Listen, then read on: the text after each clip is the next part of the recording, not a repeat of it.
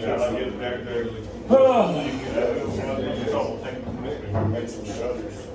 Yeah, but it's very hot in the face. Well, it's because of how you define it. You know, when you said, or a dot or something. Because the definition of something propels, but it's propelled by gas. All right, everybody's got everything? Okay, it's time. Wait, you don't have something? I don't have something. You guys. Who doesn't? You don't have something. Okay, welcome to ToolBox Talk Monday, guys. We're going through the alphabet one by one, going over some of the basics, and we're on the letter B. Okay, last week we talked about A. Anybody remember? Assume. Assume. And what does assume do? Make ass out of you and me. That's right. Assume makes an ass out of you and me. It's hard on the job site. It's hard for our customers. Our goal is to limit the usage of A. We're trying to limit being an asshole. We're trying to limit assumptions. We're trying to limit alcohol usage, especially on a job site. Okay. Lots of things like that. Today's letter is B, and we're going over two things: budget and bullshit. Okay. Everybody should have. That's the bitch thing you mentioned. I don't think we have time to get to that. So everybody should have one of these. This is called a $0 budget. Okay. If you're making $17 an hour and working a 40-hour week, then your take-home pay should be around $2,400 to $2,200. Okay. If you take that $2,200 a month and you minus your rent or your mortgage, your electricity, your water, like all the things that you have to pay every month or it's getting shut off, then you're going to have something left over, okay? So those are called set expenses. Right here, based off, I just kind of threw a basic one out there. Right here, set expenses for most people are around $1,800 a month, okay? I mean, if you have a car payment, it could be more, it could be less. If you have real cheap rent, it could be a little less, you know. That's if one person is working in the household, okay? If you got two incomes, then it's obviously going to change. You can change it to whatever. But I'd like everybody to fill one out, just for your own personal sake. Find out what your set expenses are, and then figure out what you need to be comfortable. After your set expenses, if we're talking about budgets, then you have adjustable expenses. Adjustable expenses is whether you get to buy steak for groceries or you're living off of ramen noodle, okay? Because there's a big difference. So you can go from spending $500. I actually polled my friends on Facebook like a couple years ago to ask what their grocery budget was per week. And I had people saying they spent $80 a week, and I had 3 people say they spent $1,200 a week on groceries. And it's actually not that hard to do. I mean, you can run to Walmart for a barbecue and spend $200 for one meal. So I mean, you can do it. So like it's $180 a week is what I put on here. $150 a week. That's not very much money. But frankly, if you have one income, you don't got very much money. I mean, just being honest with you. Even if you're making $30 an hour, you know, if you're making $20 an hour, it's not that different than 17. I mean, you know. So part of our goal as a company is to have everybody financially stable. If you're financially stable, you're less likely to miss work. You're less likely to be stressed out because of some bill you've got to pay, you know. So like your minds will be present. And my goal, and Ben and Joe's goal, everybody's goal here, is for us to like be able to enjoy work, not be super stressed out over things. Part of that is being financially stable. So if you fill this out and you come back to me and like, look, boss, I'm like $700 in the negative on this. And I'm obviously going to give you like a $20 an hour raise, you know. So I mean, I like $700 for next. I like time it early. Okay, man. But if you fill this out, you're like, okay, I'm spending about $2,000 on beer. We're gonna say some drink left. Yeah, this is true. This is true. Like I let them prove. Yeah, I let them prove that like, hey, look, I need to make more money because my 3 extra mistresses aren't, you know. It's really important to note That escort costs $2,000 a month. Wow. Okay. All right, let me talk. That's cheap. getting the pay raise does not fix, or does not help with budgeting. No. At all. Zero. The reason why that's really important to note is you make $5 or $10 more an hour, and still, if you do not know exactly where it's going, then you'll end up with zero. Yeah, you won't Never see get it.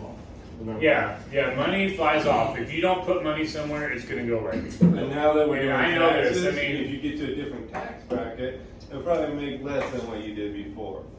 Yeah, I mean, want to think about that right now? But I do want to think about where we put our money. It's important to have an idea of where your money goes. If you don't put money somewhere, it will disappear. It's just a fact. I mean, everybody already knows. Like, everybody, for me personally, I got a little bit of taxes back, put it in the bank. It's like, oh great, my bank account looks good, but I didn't do anything with it, and it's just gone now. I mean, like, there's no, I don't know where it went. You know, it went somewhere, but I didn't put it anywhere. So, that's a personal side of things. For business side of things, budgets are really important as well. So what we have here is we go to the job, we bid the job, we plan for the materials, we plan for the labor hours, and then we add profit, okay? I'm not trying to screw anybody, so typically my profit is 20 to 30% per job. I almost did everything per square foot pricing. So my goal is to pay for the materials, pay for all the labor, pay for my fuel, pay for insurance, some of the other things, and then have enough money left over to pay for the office and the trucks and things like that, you know, give everybody some money. If we did a deck job for 10 grand, I'm gonna bid, and this is just theoretical, I don't know if these numbers are actually right. I'm gonna do $3,000 for labor, $5,000 for material. I should have 20% profit, which would be around two grand, okay? What can happen is, if we're not careful, we don't have a meeting at the start of the job, like, hey look, this is the material budget right here, you know, this is how long it's gonna take. It should take you 2 days to build this deck, you know, and then whoever's in charge, Ben, me, Josh, Joe, whoever it might be Cody, I don't know. Whoever's in charge of it, they order all the material, send it out to the foreman who's on the job site, okay? All your materials should be there, okay? What happens to us a lot is something else comes up and then we end up making supply runs to the store. Every single supply run costs us an hour almost, you know, so you got an hour of labor, you've got fuel, you've got extra material that wasn't planned for, and we start losing money very quickly. So our goal for budgeting for a job site is make sure we have a meeting to know where our materials are at, what our budget is, okay? Next, we're gonna make sure that our tools are all on site. Everybody knows how it is, especially if we're doing a lot of jobs at the same time where your tools are spread over 4 different job sites. You get to a new job site because I pulled you off of another one and your saw's not there, so then you gotta go back to the shop, grab another saw. Those things cost time and they factor in on efficiency. So our goal is anytime we start a job, if say I pull Cody off of the job that he's on, he's gonna say hey, what do I need? I wanna make sure I have my stuff. He's gonna try to make sure he brings the tools he needs so he can stay on site and get stuff done, okay? The next thing that's gonna happen is if you are missing something on site, then you're gonna call the foreman before just going to get something, because he might already be at the store, he might be able to pull a kid and have them send stuff over to you so you're not getting your valuable time pulled off of that job site, okay? So, I mean, some people would think that it's kind of a perk of the boss to go get materials. I mean, it is the perk of a boss to go get materials, kind of, but most of the time it's just money drain and bosses are free. You know, so I'm not paying myself anything, so I can do that because I'm doing 5 other things while I'm grabbing material. But sometimes it's just wasting money, period, you know. Avoid making supply runs at all costs, which means if you're not a morning person, planning your day the evening before, you know, so you can swing by the shop. I mean, I'd much rather the job start at the shop where you're getting the supplies you need than the job start at a customer and then you got to go back to the shop, get stuff, and then go back after the customer. So our goal for budgeting is to make sure we're avoiding supply runs. The last two things are kind of in the same line of, everybody should kind of know this, but if something is wrong, you're going to inform the PM, which is project manager, immediately. Communication is a weak link in most companies. I think we're actually a lot better than other people, but typically, if you notice that you're missing J-channel or you're missing nails, immediately letting the project manager know so he can send it to whoever he needs to get it done. Okay? Just doing it yourself is nice at times. There'll be times where I'll say, just I don't want to know. Just get this thing done. Okay? But if we're trying to save money, typically we need to communicate. Hey, look, you didn't give me the railing I needed, or you didn't give me screws. So we need to communicate any changes quickly. Sometimes those changes are going to be a lot more work that we need to bill the customer for. We'll dig into something, there's rot, there's mold, there's bugs, we got to replace some floor joists or something like that, or there's insulation on a roof that's wet. It doesn't, those things we need to be able to know right away. Maybe even hold off on doing any more work until we told the customer and gotten approval for a change order. But if we just do something without communicating, this final number goes away. And what happens when this final number goes away, when we have less profit, is the company ends up eating the profit. So then you guys still get paid. I'm always going to pay you regardless. I don't care. Well, I do care, but I'm going to pay you. But things like we can't have meetings anymore. Things like it's harder to get shirts. Things like it's harder to be able to pay for vacation days. Right now, I'm doing 3 vacation days for after you've been here 2 years, 6 after you've been here 5 years. I'm trying to get invest in the company. It's hard to do that if you don't have any money. So the goal is to use this profit to put it back into the company, to be able to have nicer tools, nicer vehicles, do better advertising to where people know our brand. We're the premium contractor in town, to where we can have our pick of good jobs because everybody wants us to do their job. That's our goal, okay? So that's budgeting in a nutshell. Does anybody have anything they'd like to add on the budgeting front? Personal or business? Tips and tricks. Josh is a good budgeter. What do you do, Josh? I use a thing called 50, 30, 20 when I do my budgeting. Okay. And 50, 30, 20 is basically my income, 50% of my income goes towards my bills. And I make sure that none of my bills exceed 50%. If it's more than that, then obviously I need to lower my living expenses. And then 30%, it goes to 20% is savings, 30% is, I'm sorry, it's still early. Food, fuel, Basically, yeah. living expenses. Yeah, so, and I set money aside every payday. A lot of times I get up early in the mornings, especially on payday mornings, and I'll separate the money. You know what I mean? I leave a certain amount in my basic account, which is where my rent and everything else comes out of. And then the 20% I put into another account. You know what I mean? That's my savings. And actually the 30% is my play money. That's anything that doesn't fall under that 50% category. Okay. 50, 30, 20. Yeah, that's good. That's how I've been doing it that way for years, and It works out. I mean, it works for me. So, I don't know, but you have to be strict. Everybody likes to get money, and then they go out and buy all these things that they want. And the reality of it cuts into other parts of their budget. That 30. Your next paycheck. What I do with that 30 is a lot of times because I'm not really the run around and go play so much, is whatever I end up with on the next paycheck from that original 30, it goes back into that 20. You know what I mean? So I take that 30 where my play money is. If I have extra, I put it in savings, and I start back over 30 again. And I never like I said, I can't say never, but I hardly ever come up in situations where I'm hurting for money. You know what I mean? So, Yeah. Well, I mean, money goes fast, and then typically what ends up happening is you finally get some savings, and then car breaks down, and then there goes your savings.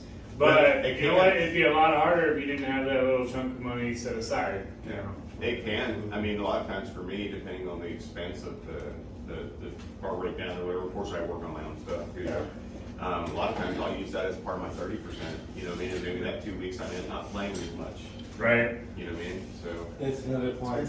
Buffer money. Part of your budget should be put aside for emergency. And we can do that. Like if you tell Margie to separate your check and you give us another bank account, like we can pull it out. Sometimes for me, I'd rather not know, you know, because I'm just dealing with what I got in there. So like if you want, like, hey, can you pull 5% out and put it in this account? You know, I mean, if you can do that, we can do that if we need to. No, we're trying to get to where we have an IRA. I'm going to have a meeting. An IRA is kind of like your own personal 401k. It's basically a retirement savings thing. And I have a person who's supposed to come out and have a meeting with us and kind of set up accounts for people who want it. And they do the same thing for me. I've had one for years. They pull out, you know, a set amount on my bank account every day. I just try not to think about it. Not every day, every month. And eventually, after 20 years, basically, if you put like $250 in every month for 20 years, it's like $1 million. It's weird. It's crazy how much money you get. You know? Now, like the first like 8 years, it doesn't look like nothing. Yeah. But then compound interest and all this stuff, it turns into like.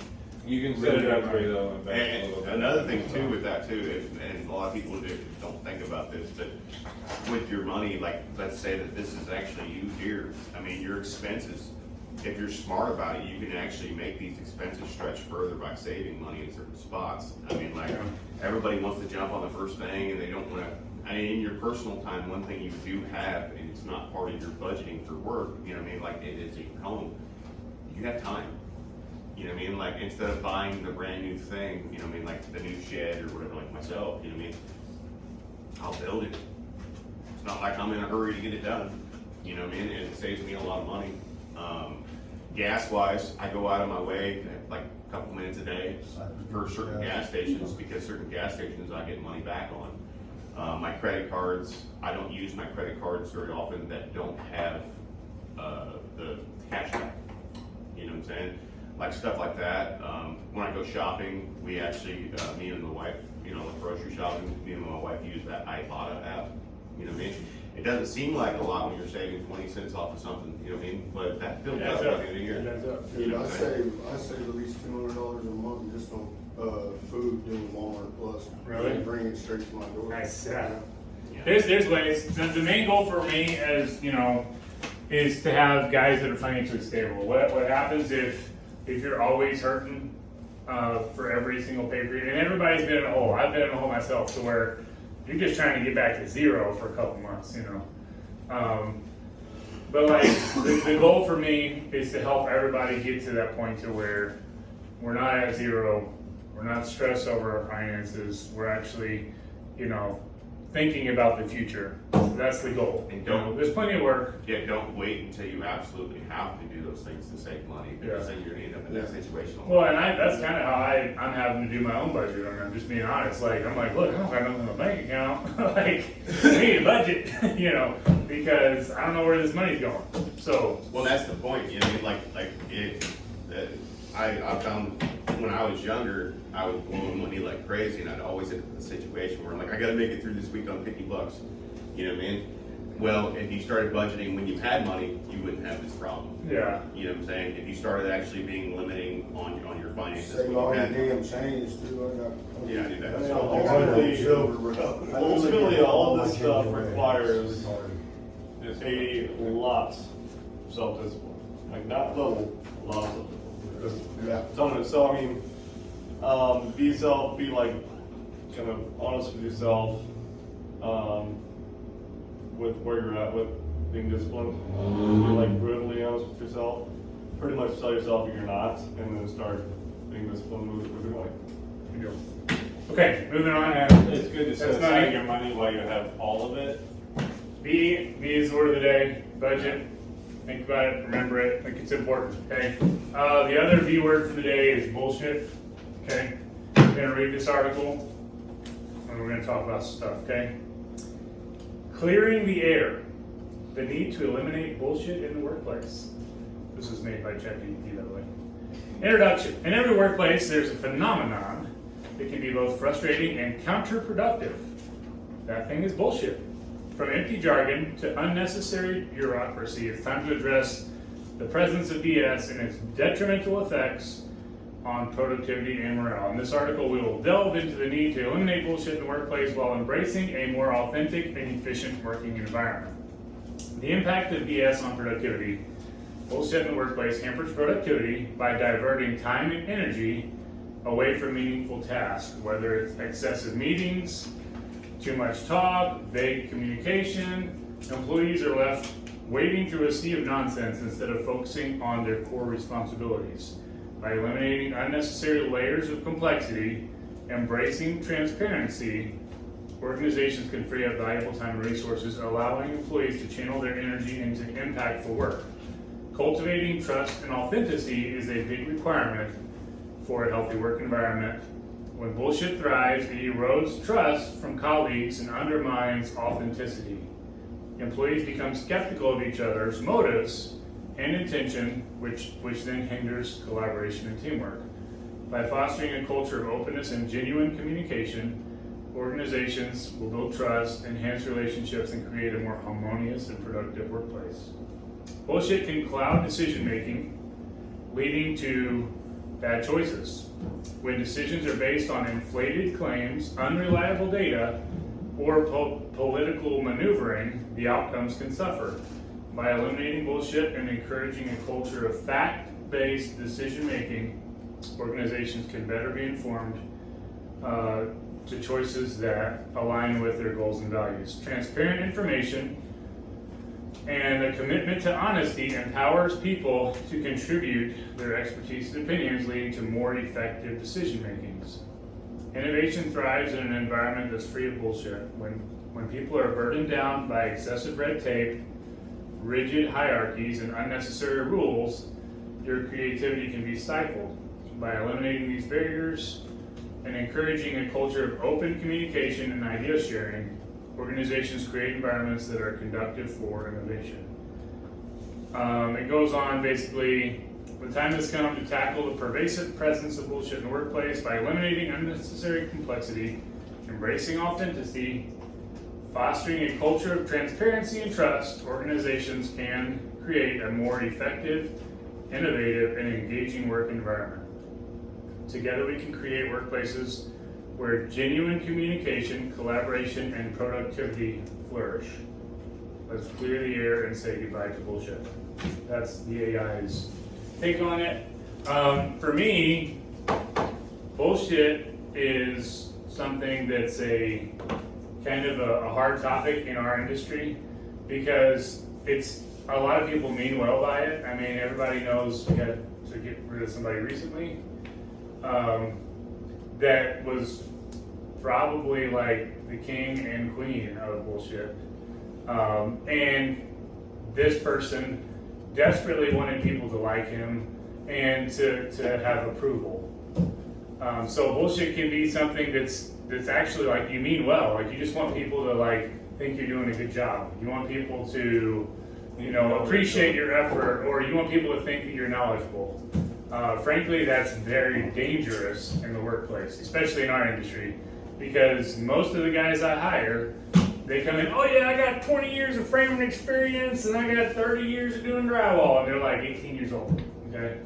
But like, they're trying to basically have a mask to show that they're good at something, and I understand wanting to be good at something, and I understand being insecure about not knowing something. Oh yeah, I can do that. I mean, everybody says this, everybody does. Well, most everybody. I'm not gonna say everybody, but I've done it myself, and everybody's got the concept of fake it till you make it, to where I'll figure it out, Now, I'll figure it out is an honest interpretation versus, oh yeah, I can do that. Yeah. No, there's a difference, And what we need to be careful of, and what we're trying to get better at, is learning.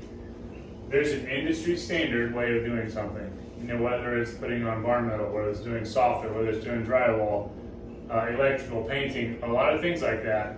We might know something, but what we want to avoid as a company is this bullshit idea of like, oh yeah, we know everything, we can do everything.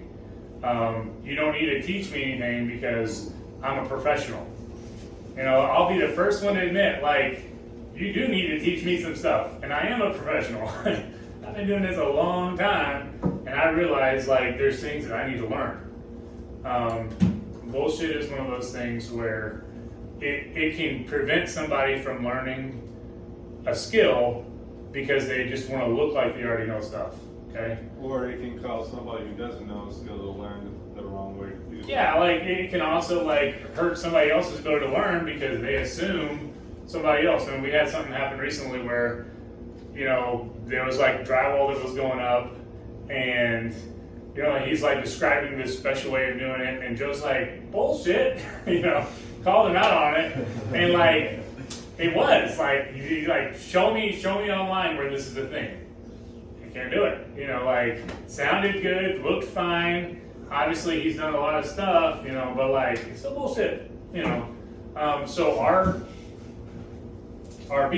second B is learning how to be honest and have good open communication. So there's a difference between transparency, where like, I don't know how to do this, but I'll figure it out, and bullshit, where, yeah, I got this, oh, I do that all the time, and especially the older generation like me and Josh, that was like part of our culture. Like, you would never admit you didn't know something. I mean, so you'd never like admit any kind of like lack of knowledge. You're like, oh yeah, like you just kind of poo-poo it off and then figure it out.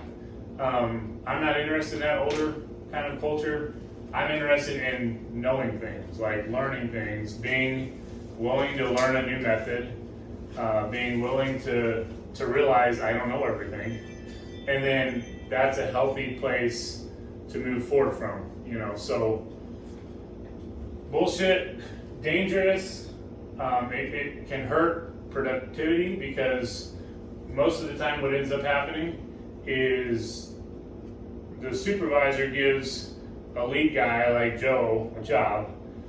Joe's like, oh yeah, I've done this a whole bunch of times. And then Joe spends half the day trying to figure out what he's supposed to be doing instead of like the foreman and him going over what needs to be done.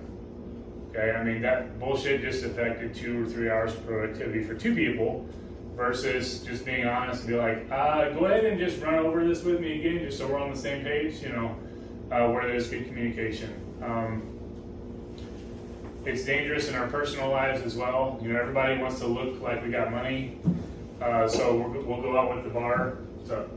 All right, so one thing I would like to add, which I think supports it, is even if you are very confident, like you have a ton of experience in a certain what you're doing on that job site, I think it would be good to run over it anyway. Yeah. Just because it makes everyone on the same page. It's like you could be doing, let's say you've done concrete work for like 30 years, and you're just on this ladder. It's like simple. Well, let's just go ahead. It takes a few minutes, a couple minutes. You just like you, the boss, or even all the guys that are on that job site, and we're like, let's run over it. Here's our game plan. This is what we're doing. Concrete's gonna be this thick. Just why not? Yeah, it clears the air. It gives like everybody can see better. So bullshit is basically like blowing smoke. Okay, I mean, so if there's smoke, nobody can see clear. Transparency, which is basically the opposite of bullshit, is where you can get everything clear. Everybody can see. There's no smoke. Back in the old days, back when I was a young teenager, it was pretty normal for there to be a lot of bullshit. It's part of the job, part of camaraderie. You kind of like bro with the guys. I don't want to complicate this too much, but there is some necessary bullshit. Oh, here we go. And what I mean by that is, and you guys are going to be, this is one of the most frustrating things, is necessary bullshit, safety. Safety is necessary bullshit. This is true. So that can muddy the water, that can slow things down. But you know what smells like bullshit? is people getting hurt. So just keep that in mind. Bullshit, also fertilizer, helps it grow. So, I mean, there's, but that's not the whole point of this bullshit thing, but just keep that in mind. There is a place for some. Necessary bullshit, not necessary. Yeah. We're trying to kill the unnecessary. We can have all the The fact of the necessary. matter is, the less you bullshit, the faster everybody else grows. So, As long as we keep the everyone more alive. you have it, the more one person's just taking on that burden of faking it till he makes it, and everybody else is not learning. How stressful your life is. Yeah. Yeah. So the more transparent you are, the more everybody is learning from that. Yeah, well, so there's bravado, which is kind of like bullshit, but kind of like also bravery-ish, like you're brave enough to try something. That can be a good thing. And like, I respect people who are willing to tackle something that they haven't done before, okay? But in a work environment, when we're trying to budget, when we're trying to save money, being transparent about what we do know and what we don't know, being brave is a wonderful thing, and I need bravery, we all need bravery, but there's a difference between bravery and faking it for appearances, like what Ben's talking about might be like more bravado. There's some bullshit involved, but the goal as a company is to try to be very careful when it comes to bullshit, okay? And we have to work today. This ToolBox Talk is only supposed to be 15 minutes. I don't know how long it is right now. It's been over 30. So we're gonna end this talk. We're gonna schedule for the day. Anybody have anything you want to catch on video being said? No? Okay.